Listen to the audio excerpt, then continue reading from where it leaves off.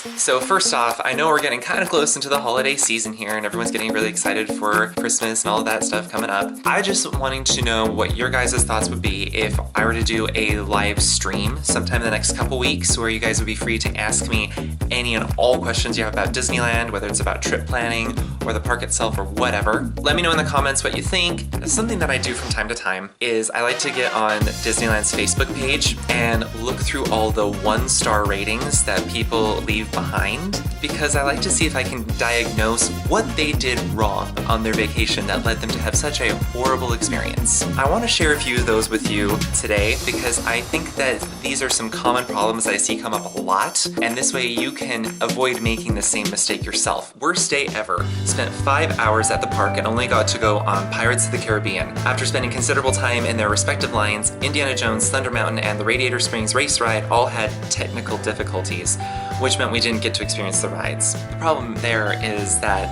sometimes rides break down, especially some of those ones. They break down quite frequently. Here's some way that you can actually get around that. If you're waiting in the standby line and it breaks down, there's nothing really that the cast members can do. You're welcome to stay in line, but if you decide to leave, if you come back, you have to get back in the back of the line. If you have a fast pass for the ride and it breaks down, then you can actually come back later in the day and still get on with that fast pass, as long as you remind them that the ride was broken down when you were last there, and they'll just let you in. We lost my granddaughter's jacket. All the employees said to go to Main Street Town Hall. When we go there, we have to go outside the park to Lost and Found, but I won't be able to check for 24 hours. They only know how to sell, but not help find. Pretty much all theme parks or amusement parks of any kind, and I work at one kind of like that over the summers, the employees are only expected to bring things into the Lost and Found at the end of the day. And especially in a place as busy as Disneyland, you can't expect them to constantly be taking down all of the Lost and Found stuff throughout the day.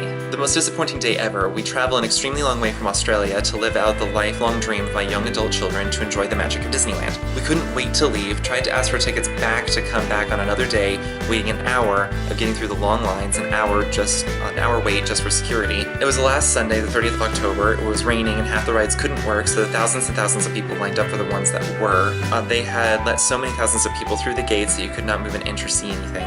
A lot of this, they're exaggerating about how long it takes to get into the park. On crowded days, it can take quite a bit to get in through the security lines. One thing that's another small benefit to staying at a Disneyland Resort hotel is that if you come into the security line through downtown Disney, it's not as long a line. There's far fewer people, and so you don't have to wait near as long to get into the entry plaza between the two parks. Yesterday I wanted to leave and never come back. You can't walk, you can't breathe. Not only was half the park shut down for Star Wars, but several other rides were shut down, which only increased the already excruciating times for the others. I constantly feel ripped off each time I visit. As a military family, our income is limited, and I know I speak for a lot of people that the happiest place on earth is constantly becoming a place full of anxiety and stress. Disneyland has been posting everywhere they possibly can for like the last year and a half that rides such as the Disneyland Railroad, Mark Twain Riverboat, the sailing ship Columbia, Tom Sawyer's Island, that all of those sorts of rides are going to be closed for a very long time because of Star Wars land construction. It really shouldn't be a surprise to people. And also when they mention being a military family, I find it kind of interesting because if you didn't know, Disneyland actually offers discounts on park tickets to military families. That way you're not spending quite as much because they do appreciate that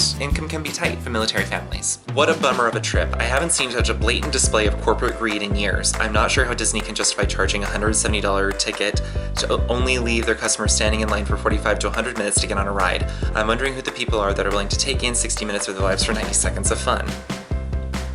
I get that the park gets busy, but then why would they shut down rides when it's so busy? Toontown, it's a small world for fireworks, California Adventure.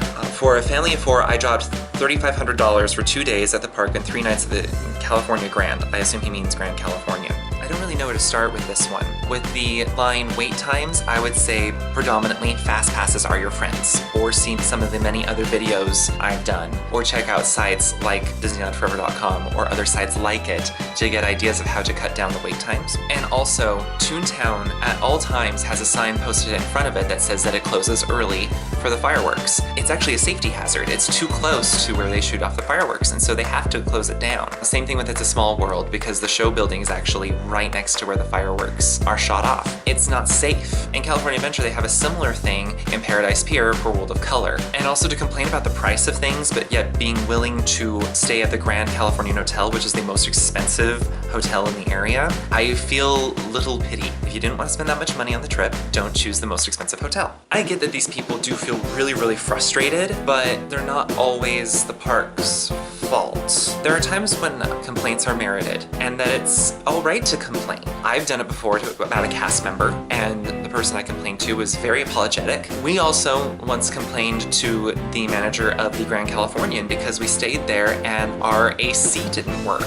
And so we complained about that, and actually they were very apologetic, and they offered us a bunch of things for our next trip that I think made up for it. If you do want to complain, Facebook isn't necessarily the best place to do it because they don't always read them, but if you contact their customer support, they always listen, and they want to do what they can to make it up. As always, if you have any questions or concerns or problems, maybe not like these, let us know. I'll be more than happy to answer them for you so you guys can have a totally magical and wonderful experience at Disneyland, which I think everyone should have. In the meantime, you can always check us out at DisneylandForever.com to find even more tips and tricks to help you out, and we will see you next week. Okay, bye guys.